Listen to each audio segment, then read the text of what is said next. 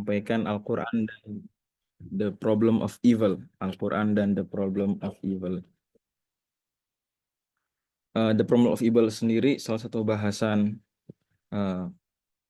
terkait dengan filsafat, atau setidaknya kalau orang kurang suka dengan istilah filsafat, ini diskusi dengan aliran-aliran dan pandangan-pandangan yang tidak Islami lainnya, di mana The Problem of Evil di antara orang yang paling bagus memaparkannya di zaman sekarang adalah Profesor Stephen Law.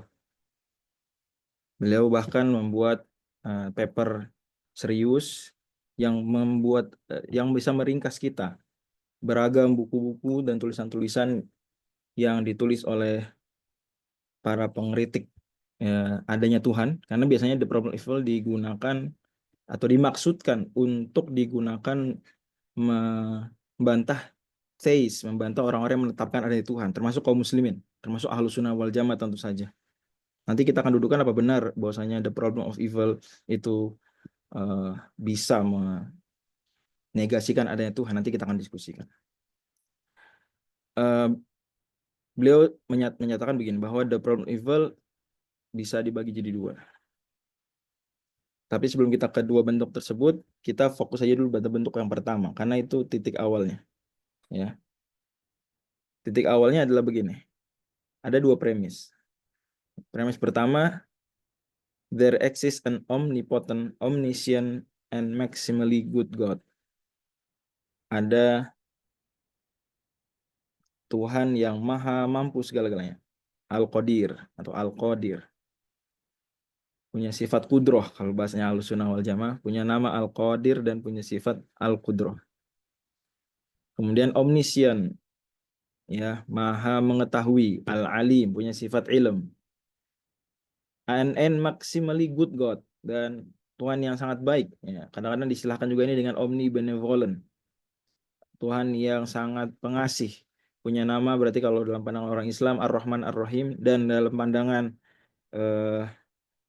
Asariyah misalnya punya sifat Ar-Rahmah, sifat rahmah. Tentu tidak semua Ahlussunnah wal Jamaah secara eksplisit menyebut sifat rahmah sebagai sifat yang berdiri sendiri, ya. Itu bahasan yang berbeda. Tapi Ahlussunnah wal Jamaah sepakat pada akhirnya Allah punya rahmah, cuma biasanya yang lain menyebutnya sebagai irodatul khair. Lepas dari itu, tiga hal ini diakui orang-orang Islam tentu saja. Dan tentu pengajian kita fokusnya karena judulnya Al-Quran dan The Problem of Evil, kita nggak bahas pembelaan terkait agama lain. Kalau agama lain turut tertolong, setidaknya dengan kita tetap mempertahankan keyakinan logis adanya Tuhan, maka ya fabiha wa ni'mat, ya. Tapi harus kita ketahui pada akhirnya konsep agama yang benar hanya Islam. Oke. Kata Profesor Stephen Law, is logically inconsistent with the claim evil exists. Nggak konsisten dengan kejahatan atau keburukan itu ada. Ya. Karena begitu. Nah, gampangnya begini kan. Tuhan maha apa? Maha kuasa. Tuhan maha mengetahui. Tuhan maha pengasih. Gitu ya. Berarti Tuhan tahu adanya keburukan, adanya kejahatan, adanya penderitaan. Evil. Kita sebut saja evil begitu ya. Keburukan, kejahatan, penderitaan. Tuhan tahu ada itu di alam, atau Tuhan tahu adanya potensi itu. Kemudian Tuhan maha pengasih, tak menyukai evil. Ya, kalau maha pengasih suka penderitaan, kira-kira gitu. Gambarannya Profesor Stephen Law adalah kalau Tuhan maha pengasih berarti Tuhan tidak menyukai. Tentu kalau orang Ahlussunnah wal Jamaah kata-kata tidak menyukai ini bisa dirinci, ya. Tidak menyukai secara apa? Secara kauni atau secara syar'i. Tapi itulah argumen Profesor Stephen Law dan umumnya para pengkritik teis, baik dari kalangan ateis, ya, ateis ataupun agnostik, ya, itu sama-sama menyamakan aja gitu, tak menyukai, tidak setuju gitu. Karena bertentangan dengan kasih sayang Tuhan. Oh, Tuhan kasih sayang, masa membiarkan adanya keburukan, kejahatan, penderitaan. Dan padahal Tuhan mampu mencegah itu. Bukannya Tuhan tak berdaya, Tuhan mampu. Oke. Terus kita melihat alam ini. Ternyata ada evil nggak di alam ini? Ada nggak? Ada. Kalau kata mereka, kalau gitu Tuhan nggak ada. Karena kalau Tuhan ada, walhal Tuhan itu maha tahu tentang evil. Tuhan maha pengasih, kasih sayangnya bertentangan dengan evil. Dan Tuhan berkuasa mampu mencegah evil terjadi. Ternyata evil tetap ada. Ya simpulannya kata Profesor Stephen Law dan siapa yang sejalan dengan beliau, Tuhan berarti nggak ada. Oke, bisa difahami ya masalahnya ya? The problem of evil bisa difahami? Bisa, Sir. Bisa. Amin. Nah, tadi kita fokus pada poin pertama, yaitu logical problem of evil.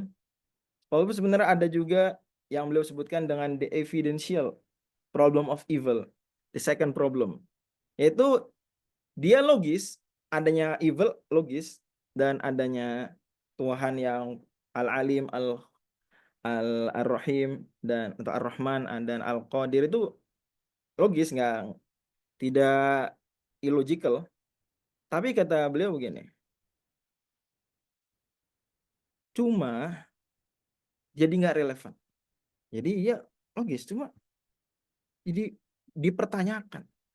Nah, cuma setidaknya dengan dia tidak sampai illogical pada asalnya, memungkinkan. Jadi pembahasan ini sebenarnya berkurang, ya, dengan menurunkan dari logical problem jadi evidential problem. Ya, jadi buktiin dong kalau di evidential problem lebih ringan bagi kaum muslimin menjawabnya. Karena dia lawan sudah mengatakan dia bukan illogical. Walaupun justru kalau dipegang yang pertama, sebenarnya kalau dibilang nggak logik, itu lebih mudah membantahnya. Ini membantah bisa dari step awal. Tapi kalau yang kedua, kita harus panjang bicara. Dan kita anggap aja diskusi kali ini membahas dua-duanya. Jadi kita nggak akan stop di titik membuktikan itu logis, tapi kita akan lanjut menyebutkan beberapa gambaran bahwa itu memang sinkron. Di Al-Quran sendiri kita setiap pekan loh dihadapkan dengan the problem of evil. Dikasih lihat ya. Yaitu di kisah apa? Ada yang tahu? Kisah Al-Kahfi. Nah, kisah Nabi Musa alaihissalam dengan Nabi Khidir alaihissalam. Intinya Nabi Khidir alaihissalam di situ melakukan tindakan-tindakan yang kata Nabi Musa, wah ini kok begini sih? Gitu. Ya mungkin kita sederhanakan, kok Nabi melakukan evil gitu ya. Misalnya ngerusakin perahu, apalagi perahu orang dirusakin, padahal udah ditumpangin, kasih tumpangan gratis. Kemudian ngebunuh seorang pemuda yang zohirnya masih bocah, zakiyatan kata Nabi Musa. Kemudian membangun rumah atau tembok secara cuma-cuma, padahal orang kampung tersebut jahat sama Nabi Khidir. Nah, Nabi Khidir mempermasalahkan kok begitu. Nah, kemudian Nabi Khidir menjelaskan bahwa kenapa dibolongin kapalnya biar apa? Secara lahirnya dia evil. Kok Nabi bolongin kapal punya orang, orangnya baik sama kita, ngasih tumpangan gratis malah dibolongin. Tapi Nabi Khidir jelaskan bahwa itu buat apa? Hikmahnya apa? Tidak Biar nggak dirampas dijarah, raja. nggak dirampas, gitu, nggak digosok sama raja di seberang. Kemudian kenapa pemudanya dibunuh sama Nabi Khidir? Karena Nabi Khidir diberitahu oleh Allah Subhanahu Wa Taala bahwa kedua orang tuanya potensi akan terdorong kepada kesesatan dan kekafiran akibat mengikuti anaknya. Ya. Kemudian yang ketiga adalah meskipun Nabi Khidir dijahatin oleh penduduk kampung tersebut, nggak dikasih jamuan makan, padahal secara urf normalnya dikasih jamuan mesti ya. Tapi Nabi Khidir tetap bangun tembok di kampung tersebut secara cuma-cuma gratis, tidak minta upah, karena untuk melindungi harta warisan milik anak yang masih kecil sekarang, karena ayahnya soleh. Berarti di sini Nabi Khidir itu menjelaskan hikmah dari evil-evil yang ada. Nah, sisi hikmah ini yang sering ke skip dalam pembahasan the problem of evil. Itu karena the problem of evil, sebagaimana dinyatakan para penteorinya atau tokoh-tokoh yang membawakan the problem of evil, itu menyebut 3 sifat saja, 3 nama Tuhan. Ya, Al-Alim, Ar-Rahman, Al-Qadir. Ini omniscient, tadi ya disebut omnipotent dan omnibenevolent. Ada nggak disebut tentang Maha bijaksana ada nggak? Tidak ada. Konsep dasar the problem of evil tidak menyebutkan Al-Hakim atau sifat hikmah. Sifat hikmah by the way ditetapkan ya oleh Ahlussunnah secara umum, secara makna ataupun secara sebutan sifat, maka hanya Salafiyah Atsariyah yang menetapkan secara eksplisit sifat hikmah ya. Walaupun kalangan Maturidiyah juga ada yang menyebutkan hikmah dengan eksplisit berulang kali, namun tidak ditetapkan sebagai sifat yang ditetapkan pada Allah Subhanahu wa taala. Lepas dari itu Ahlussunnah wal Jamaah secara makna, dan kita pikir nggak ada muslim yang nggak setuju soal itu, Allah Subhanahu wa taala Maha bijaksana. Salah satu nama Allah adalah Al-Hakim. Nah, ini kurang dibawa. Bahkan memang tidak ada konsep asalnya the problem of evil. Dan sebenarnya itu menyelesaikan the problem of evil dari awal. Ingin kita katakan memang Allah Maha mengetahui ada keburukan, ada potensi keburukan. Allah kasih sayang, dan Allah sayang. Kasih sayangnya secara zohir nggak cocok dengan adanya penderitaan, keburukan, dan kejahatan. Dan Allah juga mampu mencegah kejahatan, keburukan, dan penderitaan itu terjadi. Namun jangan lupa Allah apa? Al-Hakim. Maha bijaksana. Sehingga kalau kita nggak ngerti, kok bisa? Maka sebenarnya di balik itu semua, di balik Allah yang padahal Allah mampu mencegah, Allah tahu dan Allah Maha Penyayang, Allah membiarkan bahkan menakdirkan adanya evil, tidak lain tidak bukan karena itu dilandasi apa? Kebijaksanaan. Kebijaksanaan. Nah, siapapun yang sudah mengakui premis Allah Maha Bijaksana, dia nggak bisa i'tirad lagi, nggak bisa dia mempermasalahkan lagi, karena dia udah yakin Allah paling bijaksana. Maka kalau kita menentang kebijaksanaan Allah, itu sama aja kita membatalkan kepercayaan kita di awal tadi. Seolah-olah kita mengatakan Allah kalah bijaksana dari saya lebih bijak dari Allah. Makanya biasanya the problem of evil tidak bawa-bawa bijaksana, nggak bawa. Dan bagi orang Islam nggak bisa, Anda the problem of evil mau mempermasalahkan Tuhannya orang Islam, nggak bisa. Tuhan orang Islam hakim. Orang Islam punya sifat hikmah, atau setidaknya kalau kita bicara lebih sederhana mewakili semua kaum muslimin, Allah melakukan sesuatu dengan hikmah. Minimal dengan bahasa lebih global lagi bagi orang Islam secara umum, tidak sia-sia. Nah, tidak sia-sia. Saya perlu ihtiras tadi karena saya tahu topik diskusi tentang hikmah dalam af'alullah subhanahu wa ta'ala itu di kalangan orang Islam itu ada diskusi yang cenderung kepada khilaf lafzi ya. Oke. Itu kita udah dapat jawaban satu tuh. Jawaban pertama kita adalah wahai, misalnya kata wahai saudaraku yang menentang atau yang mempermasalahkan the problem of evil terhadap kaum muslimin, Tuhan orang Islam itu Al-Hakim, Maha bijaksana. Dan itu yang kita expect dari sosok yang atau zat yang kita sebut sebagai Tuhan, dia mesti paling hebat. Salah satunya paling bijaksana. Kalau kita lebih bijaksana dari Tuhan, berarti ada naqs, kekurangan pada Tuhan. Padahal kalau manusia bijak itu istimewa nggak? Manusia bijak, keren nggak? Keren. Maka Tuhan mesti semua yang hebat. Kalau manusia sandang, Tuhan memiliki atau menyandang hal tersebut dengan lebih sempurna lagi dan paling sempurna. Dalam hal ini paling sempurna kebijaksanaan. Itu satu. Yang kedua juga karena nama-nama Tuhan dan sifat-sifat Tuhan orang Islam ya, yang dalam konsepsinya orang Islam, dan itu yang benar, adalah Allah Subhanahu wa taala juga punya nama-nama yang dalam pandangan Ahlussunnah wal Jamaah Salafiyah itu berarti mengandung sifatnya, yang juga konteksnya itu adalah evil dalam hal ini. Kalau bagi pandangan filsuf ya, tentu kita tidak menisbatkan evil kepada perbuatan Allah, tapi kepada efeknya aja ya. Yaitu misalnya Al-Khafid yang merendahkan, yang menurunkan derajat. Al-Mudhil yang menghinakan. Al-Mumit yang mematikan. Apalagi? Apalagi? Jadi Al-Mani yang mencegah orang atau orang dapat rezeki, dicegah. Atau Allah nggak menakdirkan dia dapat rezeki. Gitu ya. Ad-Dar yang memberikan mudarat.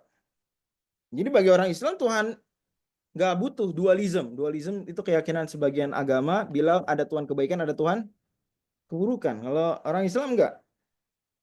Bahwa takdir itu sebagaimana hadis riwayat Muslim di awal dan juga banyak ayat Quran bicara tentang itu. Inna kulla syai'in khalaqnahu biqadar. Semua takdir, semua keburukan.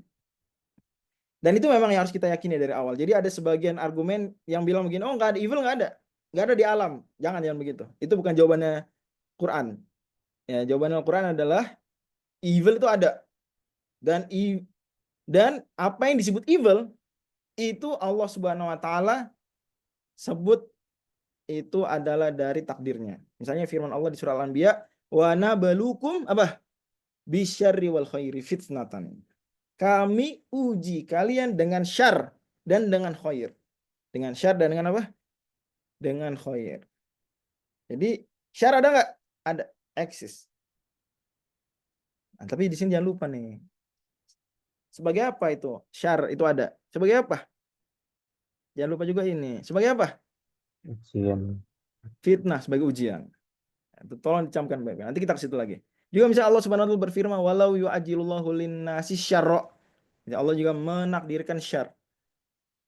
Ya. Juga min syarri ma khalaq, dari keburukan yang dia ciptakan, keburukan makhluk. Ingat ya, sebagaimana hadis riwayat Imam Ahmad, wasyarru laisa ilaik, keburukan tidak disandarkan Allah sandang sifat buruk, enggak.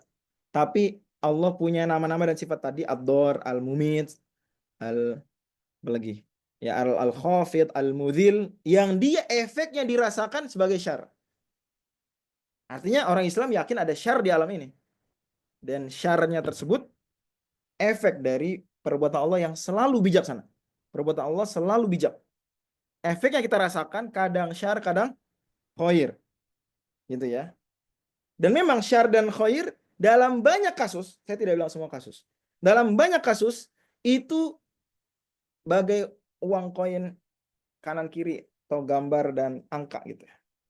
Ada syar, ada khair. Nggak ada syar, nggak ada khair. Dalam banyak kasus. Ya. Sebagai contoh, di antara khair adalah pemaafan. Pemaafan. Itu khair bukan pemaafan. Khair. Khair. Apa yang diniscayakan? Ada pemaafan berarti ada apa?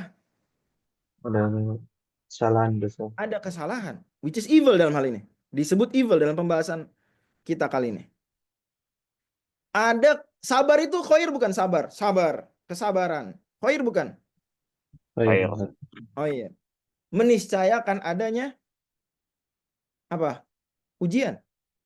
Dalam hal ini kita pandang sebagai syar, evil. Kalau kita bilang, oh ya kan orang Islam juga sabar terhadap apa? Ujian berupa kenikmatan. Iya, tapi dia sebenarnya evil dari sisi itu mengandung kemungkinan istidraj. Gitu ya, mengandung peluang istidraj. Jadi tetap evil. Sabar itu dari sesuatu yang mengandung keburukan. Keniscayaan. Allah juga sebutkan evil, contoh-contoh evil yang Allah akan uji kita. Jadi Allah nggak bilang nggak akan ada evil ya, aku penyayang, aku nggak akan ngasih evil. Enggak gitu. Allah justru bilang aku akan ngasih evil. Ya misalnya bahkan ayat begini misalnya, Nabi ibadi anni anal ghafurur rahim. Kasih tahu hamba-hambaku, aku Maha Pengampun, Maha Pengasih. Tapi Allah juga langsung bilang ayat setelahnya apa? Wa anna azabi apa? Huwal azabul alim. Jadi dalam pandangan Allah SWT, juga pandangan orang Islam, tidak bertentangan azab Allah, hukuman Allah dengan kasih sayang Allah. Justru itu kesempurnaan. Ya.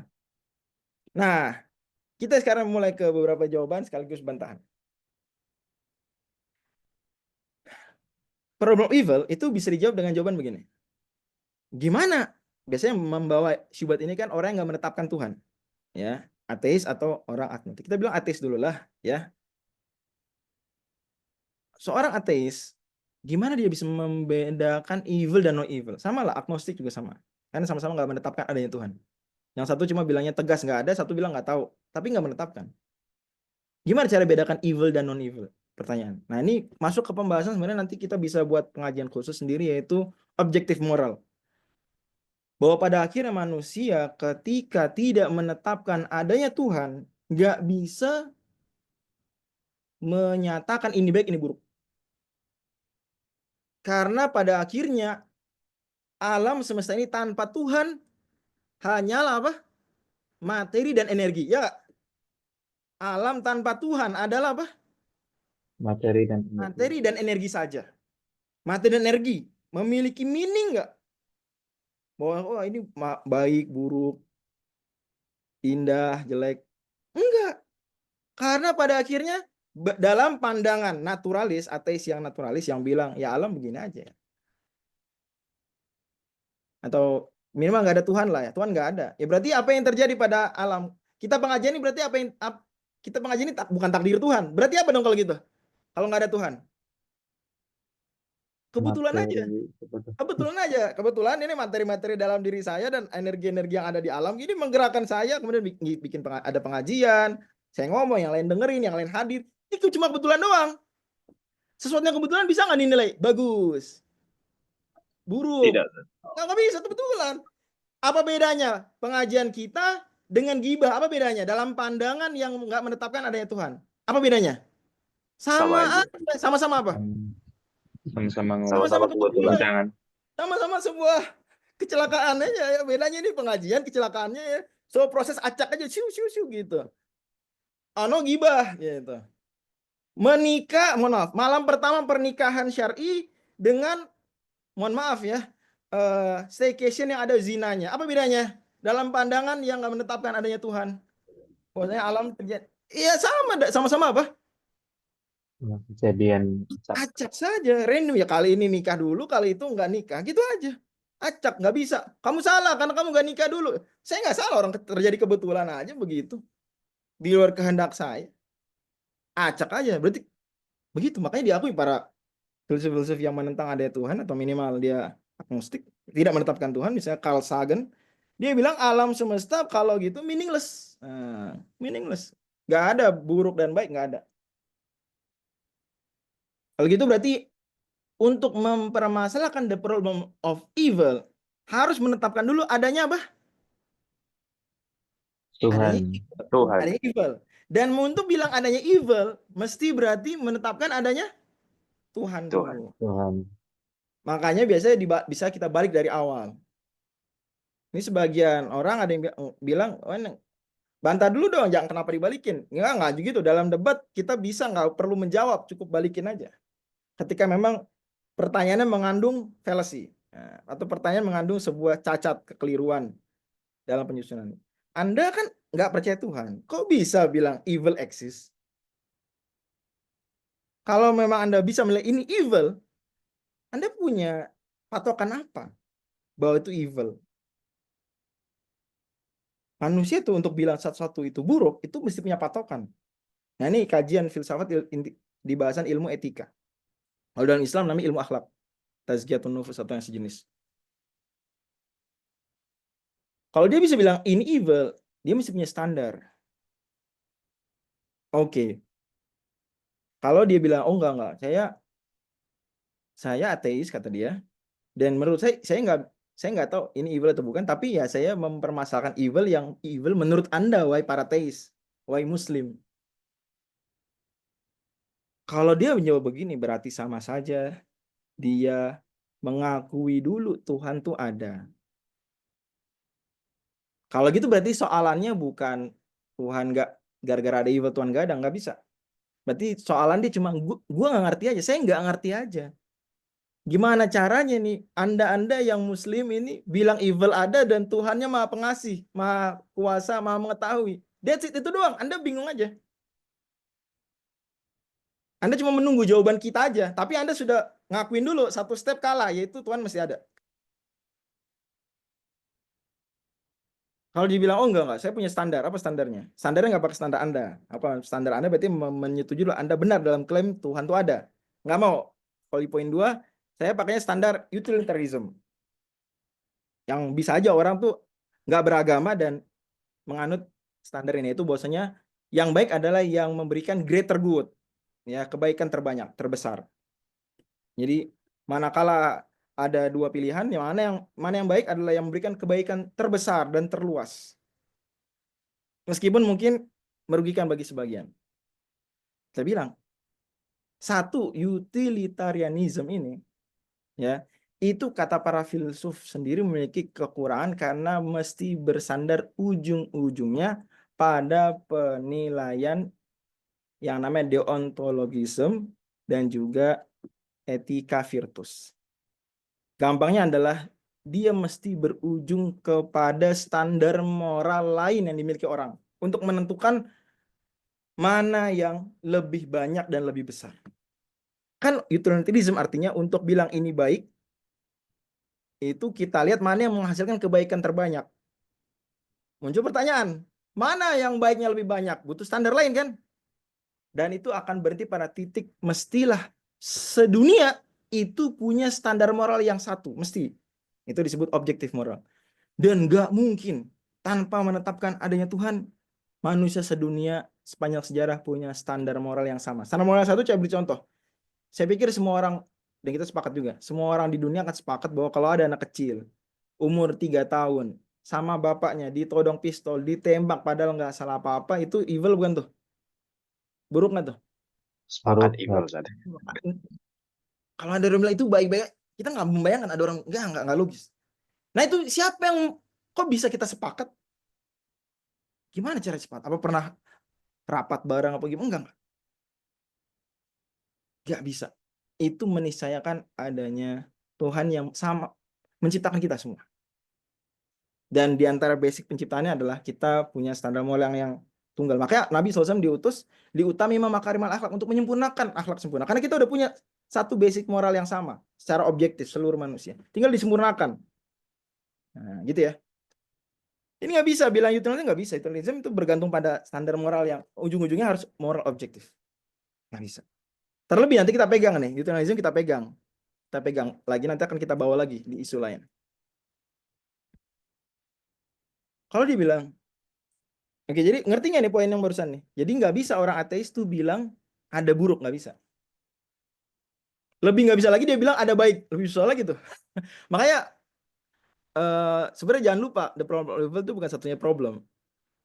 Untuk apa yang bisa kita gunakan juga untuk menetapkan adanya Tuhan, sebaliknya ya. Justru bukan menilai Tuhan, menetapkan adanya Tuhan. Karena ada evil berarti ada non-evil. Kita sebut saja dia kebaikan. Muskilatul khair. Gimana tuh? Kalau Tuhan nggak ada, semuanya acak, gimana kita bisa menilai ini kebaikan? Dari mana? Kan acak-acakan aja, kebetulan. Ada orang sedekah, ya kebetulan aja. Ada orang mencuri, ya kebetulan aja. Nggak ada yang baik, nggak ada yang buruk dalam pandang ateis. Karena semuanya sama-sama materi dan energi yang benda mati ya, begitu aja. Yang nggak bermoral, nggak ada. Menariknya lagi, kalau saya bilang begini, alam semesta itu kan dalam pandang ateis dia meaningless. Tapi nggak apa-apa, biar meaningless. Kita berikan meaning. Anda melacak ada kesalahan nggak dalam kata-kata itu? Ini ada orang yang nggak percaya ada Tuhan mengatakan, oke, alam semesta memang meaningless, nggak ada nilai, nggak ada makna. Tapi kita berikan meaning. Anda melacak ada suatu kekeliruan di situ? Iya Ustaz. Apa? Kan Anda sendiri bagian dari Alam semesta, berarti dia alam siapa? semesta ini. Alam semesta semuanya nggak punya meaning. Kok Anda bisa memberi meaning? Nggak bisa.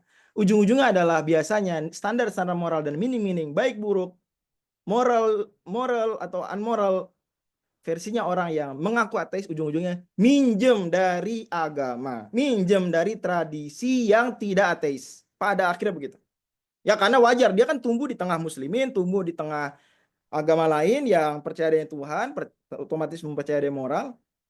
Kalau gitu dia bisa contek-contek atau minimal mewarisi tanpa dia menghilang. Kalau murni ateis nggak bisa, meaningless, nggak bisa ada evil sama sekali. Ini udah setengah jalan kita, artinya sebenarnya kalau cuma untuk membela problem of evil dengan dari ateis atau agnostik ya, kaum yang menganut agnosticism, itu cukup di situ saja yang tadi pertama. Dan Anda nggak bisa membantah kita, stop, jangan Anda dong. Biarkan ini jadi isunya sesama teis. Anda jangan, nggak bisa Anda bersimpulan God doesn't exist gara-gara itu, nggak bisa. Kita lanjut, ujung-ujung kita bilang juga cara menjawab problem. Dan ingat, semua jawaban ini saling melengkapi ya. Karena hikmah Allah itu sempurna, sehingga jawaban yang 1, 2 tuh yakin nggak akan mencukupi. Itu juga sifatnya, kalau nggak dari Al-Quran ya berarti sifatnya ijtihadi. Kalau ijma maka pasti benar, kalau nggak ijma berarti dhon. Gitu ya. Maka harus melengkapi. Di antara kekeliruan diskusi tentang hal ini antara ateis dengan teis dalam The Problem of Evil, biasanya ateis menganggap argumen-argumen tadi berdiri sendiri, nggak saling melengkapi. Sehingga dia senang saja bisa bantah ini dengan pakai bantahan terhadap jawaban yang lain. Nggak bisa, karena semua saling melengkapi.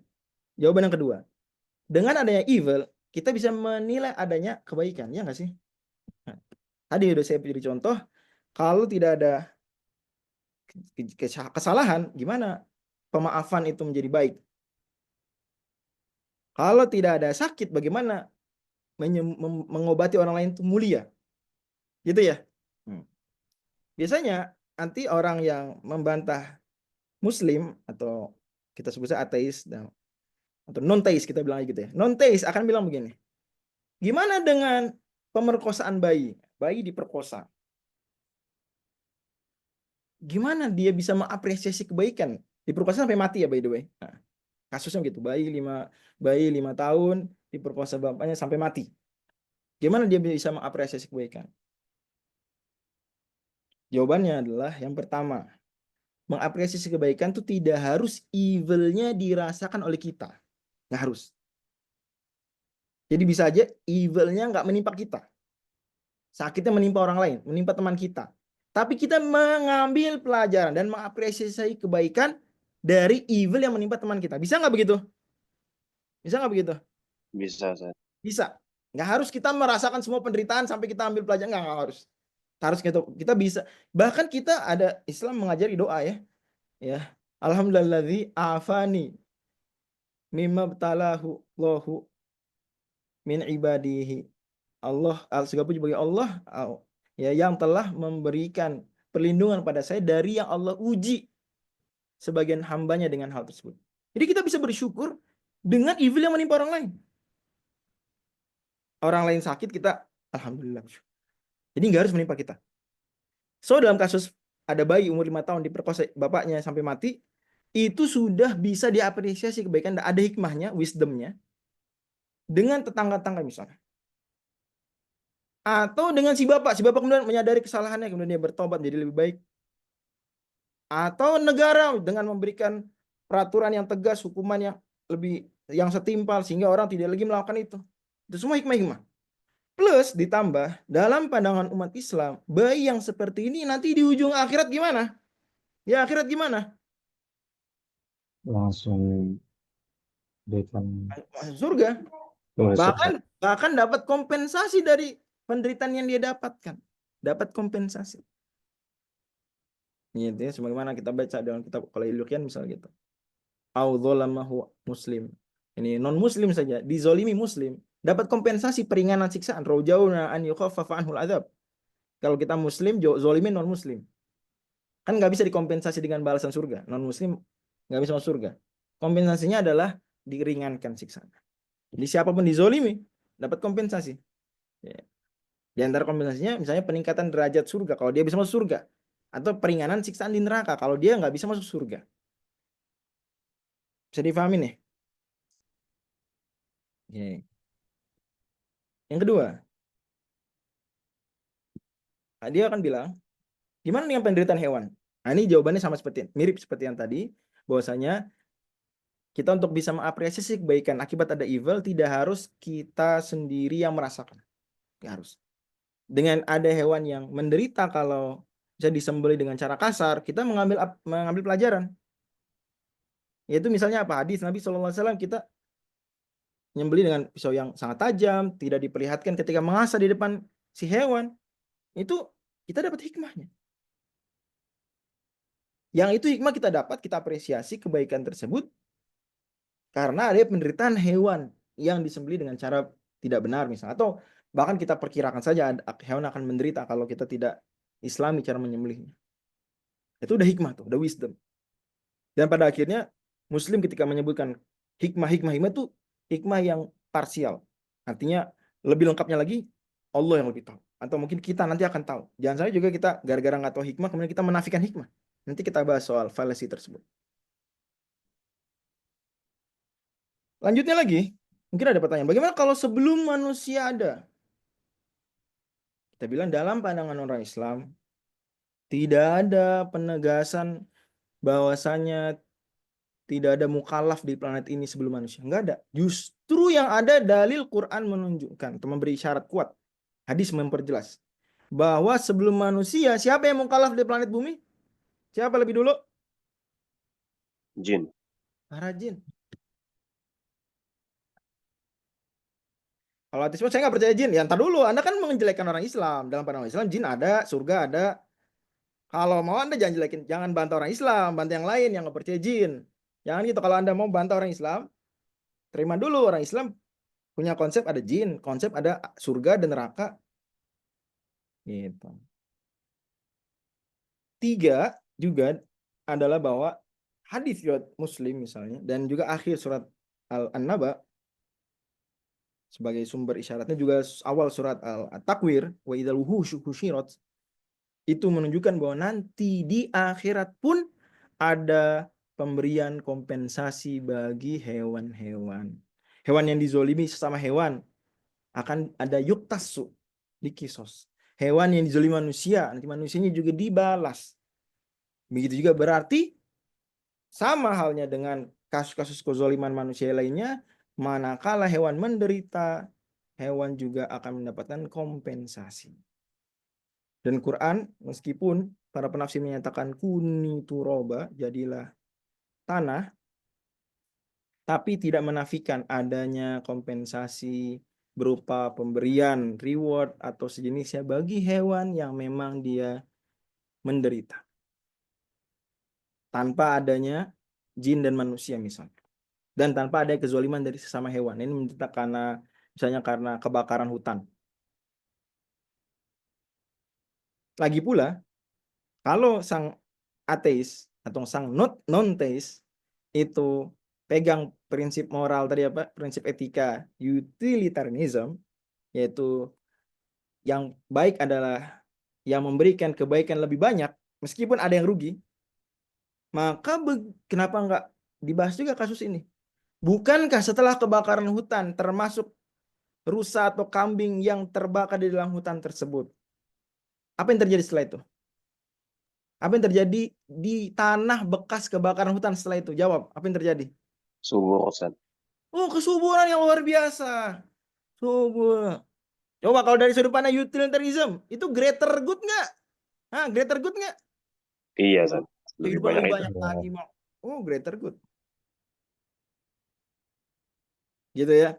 Makanya orang Islam mah bagi memandang teori-teori etika itu dia salah karena parsialnya aja. Tapi sebenarnya dia mengandung kebenaran karena memang Allah Maha Hakim. Gitu, bijaksana.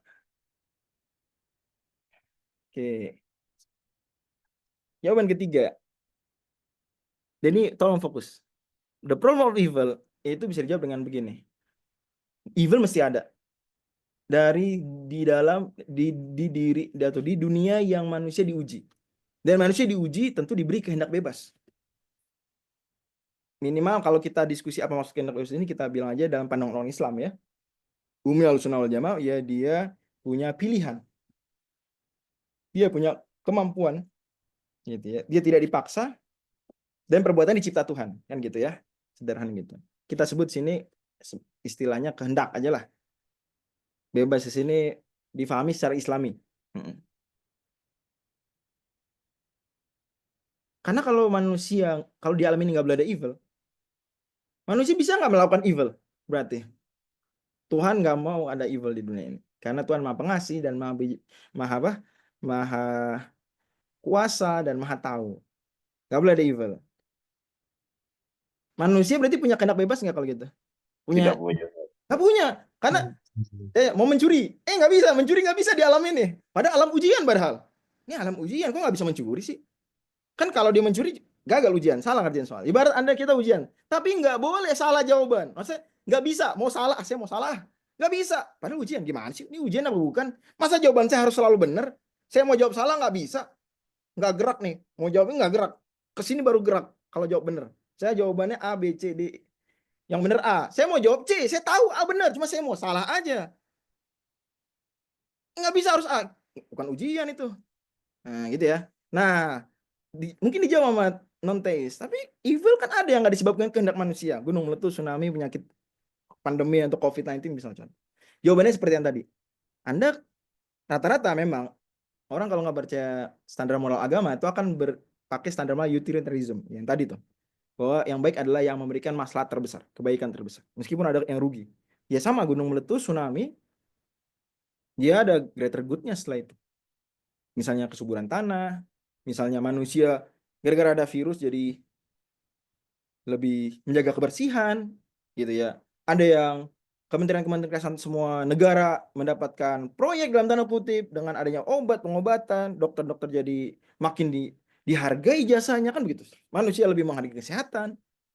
Pun tsunami sama, pakar-pakar yang bisa melacak tsunami mau terjatuh, nggak lebih dihargai, itu juga greater good. Ilmu pengetahuan berkembang, manusia jadi bisa mengembangkan ilmu tentang tata kota lebih bagus. Dari hikmah Allah lebih tahu. Selain pada akhirnya, jangan lupa dari poin di awal, evil yang tidak dengan kehendak manusia, tetap ada kebaikan buat manusia dengan cara apa? Sabar. Negeri ujian begitu. Ujian tidak disyaratkan harus kesalahannya kita lakukan, enggak. Atau evilnya kita yang lakukan, enggak. Bisa juga evilnya terjadi, keburukannya terjadi Allah Subhanahu wa taala. Belum lagi juga ada kemungkinan dan bisa kemungkinan dan banyak itu kejadian, yaitu bencana-bencana alam terjadi akibat dosa manusia. Zuharul fasadu fil barri wal bahri maksud ini. Atau minimal karena manusia tidak menjaga alam seperti banjir, tidak hati-hati seperti kebakaran. Kalau ini bilang, tapi ada evil sebelum manusia ada di alam semesta ini. Kita bahas lagi, siapa orang Islam yang bilang manusia adalah mukallaf pertama yang ada di alam? Nggak ada. Bahkan yang ada adalah sebelum manusia ada jin dan seterusnya. Gitu ya.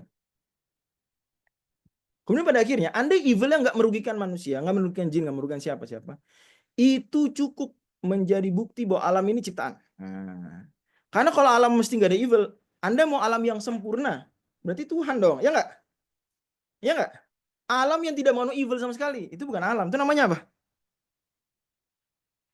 Yang nggak mengandung kekurangan, nggak mengandung keburukan, nggak mengandung kejahatan, nggak mengandung penderitaan, bebas dari itu semua. Itu namanya apa? Surga, Ustaz. Ya enggak, itu ya berarti sempurna seperti Tuhan. Alamnya mesti bisa ini, mesti bisa itu. Memang itulah tabiat alam ciptaan Allah. Mungkin ada yang bilang nih, kenapa enggak alamnya dibikin lebih better, lebih baik lagi? Kita bilang, siapa yang bilang secara logis, si maha mampu, si maha hebat harus membuat yang sangat hebat? Harus begitu nggak secara logika?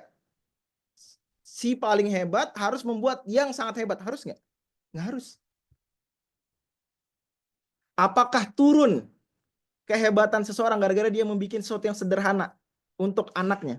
Turun nggak kehebatannya? Misalnya. Tidak. Enggak. Bahkan andai bukan tuh anaknya, dia mau bikin aja. Justru itulah hebatnya Tuhan. Dia punya fa'alun lima yurid, melakukan apa yang mau dikehendaki, termasuk menghendaki menciptakan sesuatu yang penuh kekurangan. Jadi salah satu logika berpikir yang salah adalah, ini alam penuh kekurangan. Padahal yang menciptakan kan hebat. Kok yang menciptakan hebat, alamnya penuh kekurangan? Tar dulu. Apa semua hebat harus mencipta yang hebat? Enggak juga. Bisa aja dia mencipta yang kurang. Untuk satu hikmah tertentu. Malah orang-orang teknik tahu dia kadang-kadang menurunkan kualitas ini, kualitas itu demi biar satu kebutuhan besar. Ya nggak sih? Ya nggak? Mana nih? Terus kan banyak calon-calon insinyur nih. Ya nggak? Saya nggak tahu tuh istilahnya apa. Tapi dia biasanya, ini mobil sebenarnya kalau dibikin kecepatannya sekian, nanti bahan bakarnya boros. Biar nggak boros, kemampuan kecepatan diturunin. Biar hemat. Gitu nggak sih? Bener nggak? Bener nggak? Gitu. Bukan karena si insinyur tidak mampu membuat apa? Membuat mobil yang hebat. Enggak juga. Mobil yang cepat dia bisa, cuma nanti boros. Gitu. Nah, kalau alam ini nggak ada evil, manusia nggak diuji. Jadi memang bahkan mustahil ada dunia ujian tanpa evil. Kalau memang Allah sudah bilang dunia ini untuk ujian, mustahil tanpa evil. Nggak bisa, nggak ada evil tuh nggak bisa. Ujian tanpa jawaban salah, ujian bukan? Jawabannya nggak bisa salah. Ujian bukan? Ujian yang benar bukan tuh? Bukan, Ustaz. Bukan. Jadi kalau berarti Tuhan nggak bisa bikin dunia ujian tanpa evil. Iya, tapi itu bukan kelemahan. Sebagaimana bukan Tuhan yang lemah, Tuhan yang nggak bisa membuat segitiga lingkaran. Bisa nggak? Segitiga berbentuk segitiga tanpa sudut. Bisa nggak? Tuhan menciptakan segitiga tanpa sudut. Bisa nggak? Nggak bisa, tapi bukan lemah. Ya nggak? Nggak bisa, tapi bukan lemah. Kenapa? Karena segitiga tanpa sudut, nothing. Bahkan impossible at all, logically. Maka ketidakmampuan Tuhan melakukan hal seperti Tuhan menghancurkan dirinya. Tuhan nggak bisa bunuh diri. Berarti Tuhannya payah nggak? Apa Tuhan jadi payah gara-gara nggak bisa bunuh diri? Enggak, karena Tuhan bunuh diri adalah nothing, impossible logically. Gitu ya. Maka sama Tuhan menciptakan dunia yang ujian tanpa evil, nggak akan terjadi.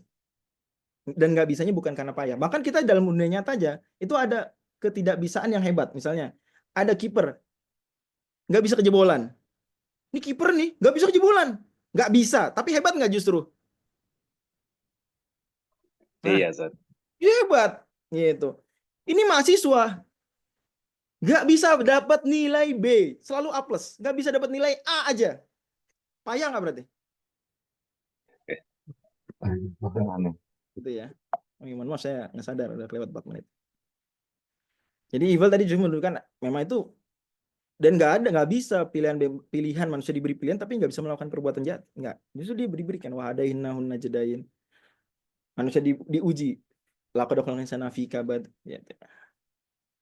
Terakhir kalau kita jawab, dan dari tadi udah kita jawab ya, nanti diberi kompensasi di akhirat. Ada kasus tadi gimana bayi diperkosa udah kita jawab, evil diderita non muslim udah kita jawab, yaitu bayi diperkosa nanti dikompensasi di surga, lebih dapat derajat tinggi di surganya. Evil diderita non muslim diringankan siksaannya seperti di matan kuliah kan. Hadis soal itu ada hadis riwayat Hakim, ya hadis riwayat Muslim gitu ya. Kebaikan orang non muslim itu nggak benar-benar sia-sia. Dia nggak bisa bikin masuk surga, tapi dia bisa dapetin berkah di dunia. Kalau dibilang tapi nggak sesederhana kalau udah Tuhan nggak usah ada deh. Kata siapa? Tuhan nggak ada lebih rumit. Gimana cara menentukan mana evil mana bukan? Rumit kan? Contoh kalau Anda mempermasalahkan.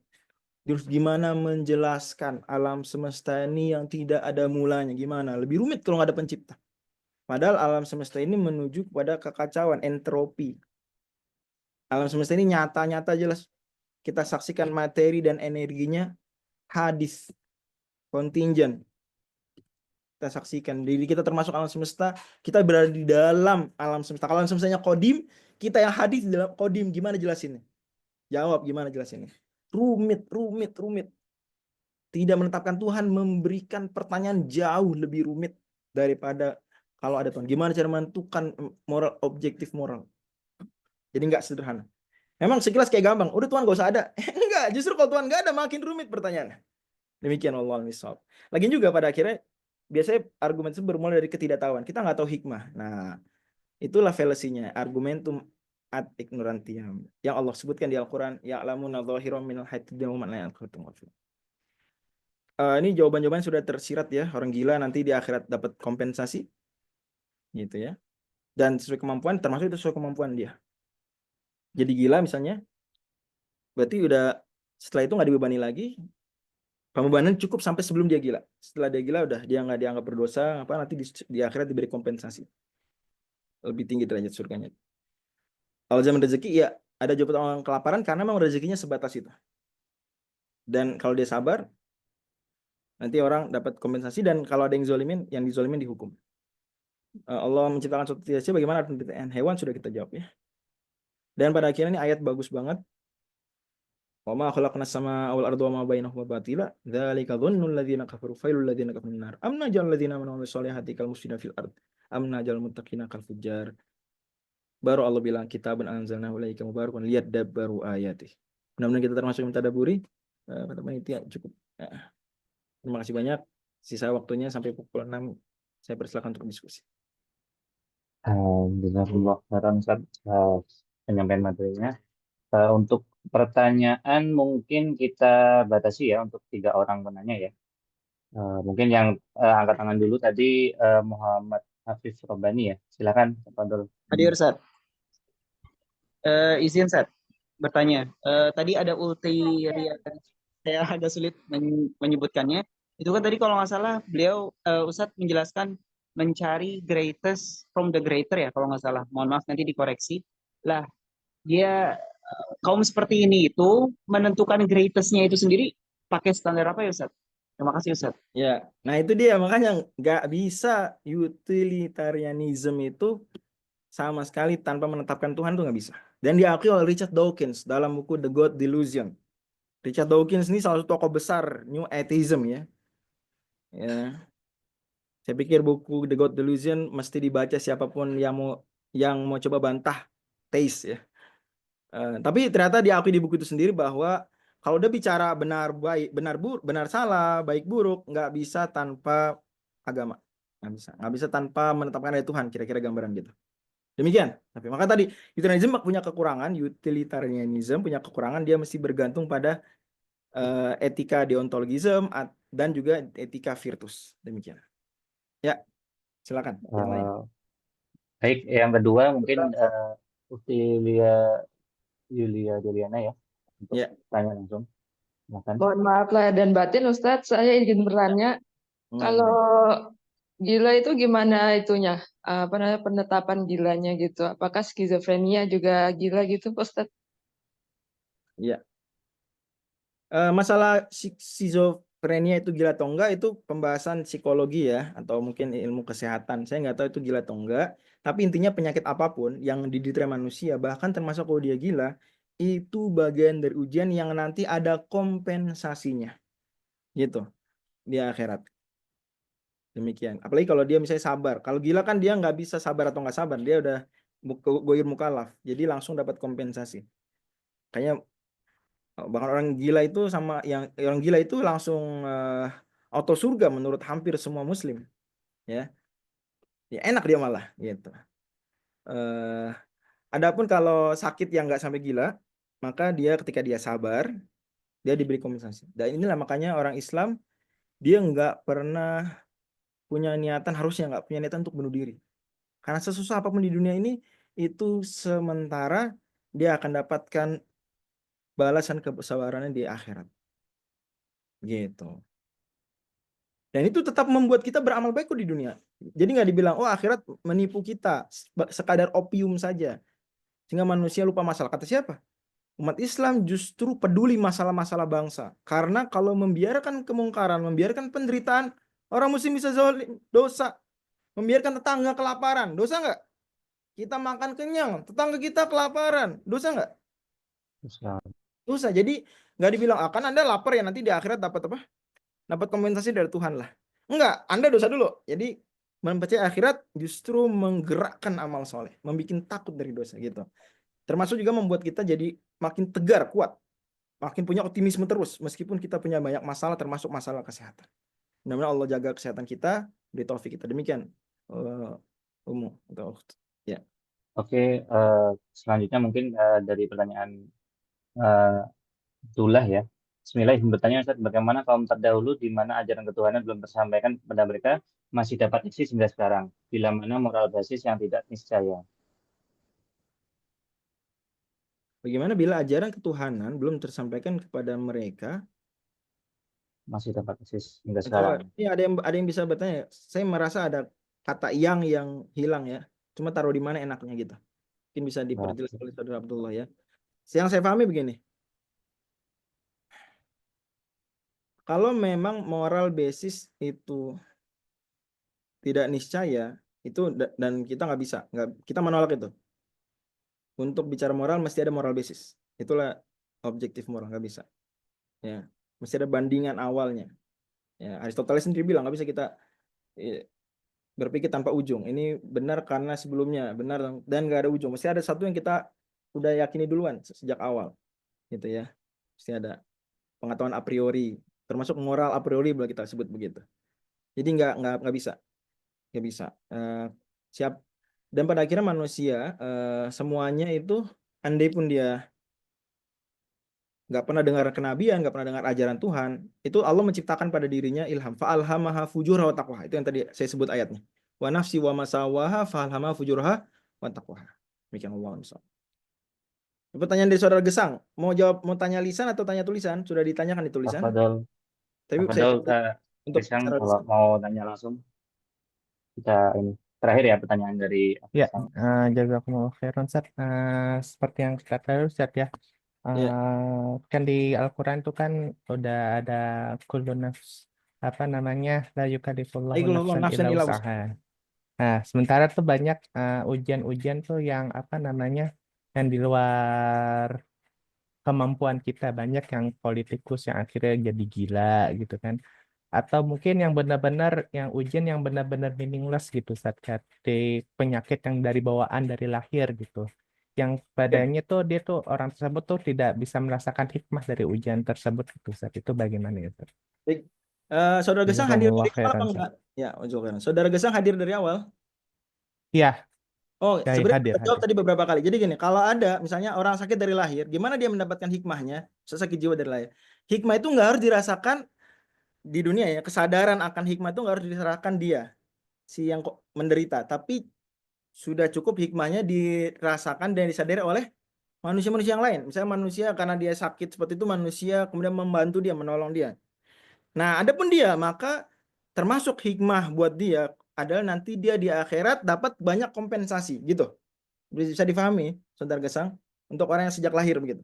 Sejak lahir gila, sejak lahir gitu. Bisa difahami poin Nah, itu. Ustaz. Nah, adapun masalah ada ujian yang kita nggak mampu, contohnya saking nggak mampu jadi gila. Sekarang saya tanya, kalau ada ujian saking nggak mampu mati, ada nggak kayak gitu? Ada, ya nih, ada. Jadi Ada, Ustaz. manusia itu ada mekanisme ya. Allah buat dia ujian itu mampu dia jalani. Karena kalau benar-benar udah menjelang nggak mampu, dia either gila atau meninggal dunia. Kalau dia masih nggak gila dan nggak meninggal dunia, berarti dia masih mampu menahan tersebut. Maka agar dia tidak Betul, sakit Ustaz. berkepanjangan, derita berkepanjangan, Allah takdirkan dia gila.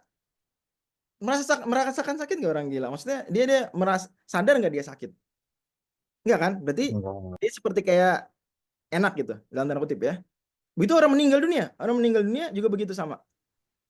Itu mekanisme Masya Allah takdirkan kita ketika puncak sakit, ya kalau dia fisik kita mati, kalau dia psikis kita gila.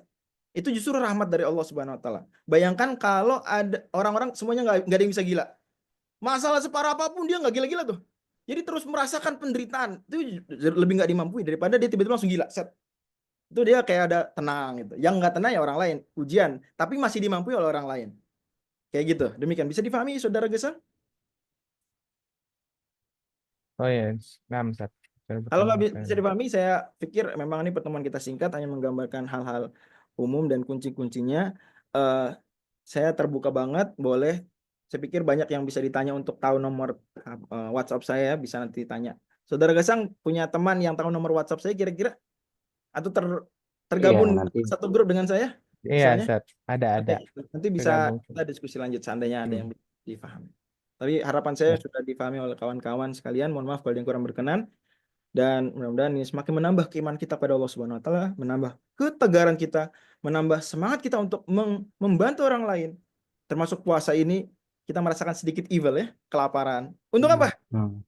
Biar kita bisa makin empati kepada orang lain, memberi makan berbuka dan seterusnya. Fastabiqul khairat. Assalamualaikum warahmatullahi wabarakatuh.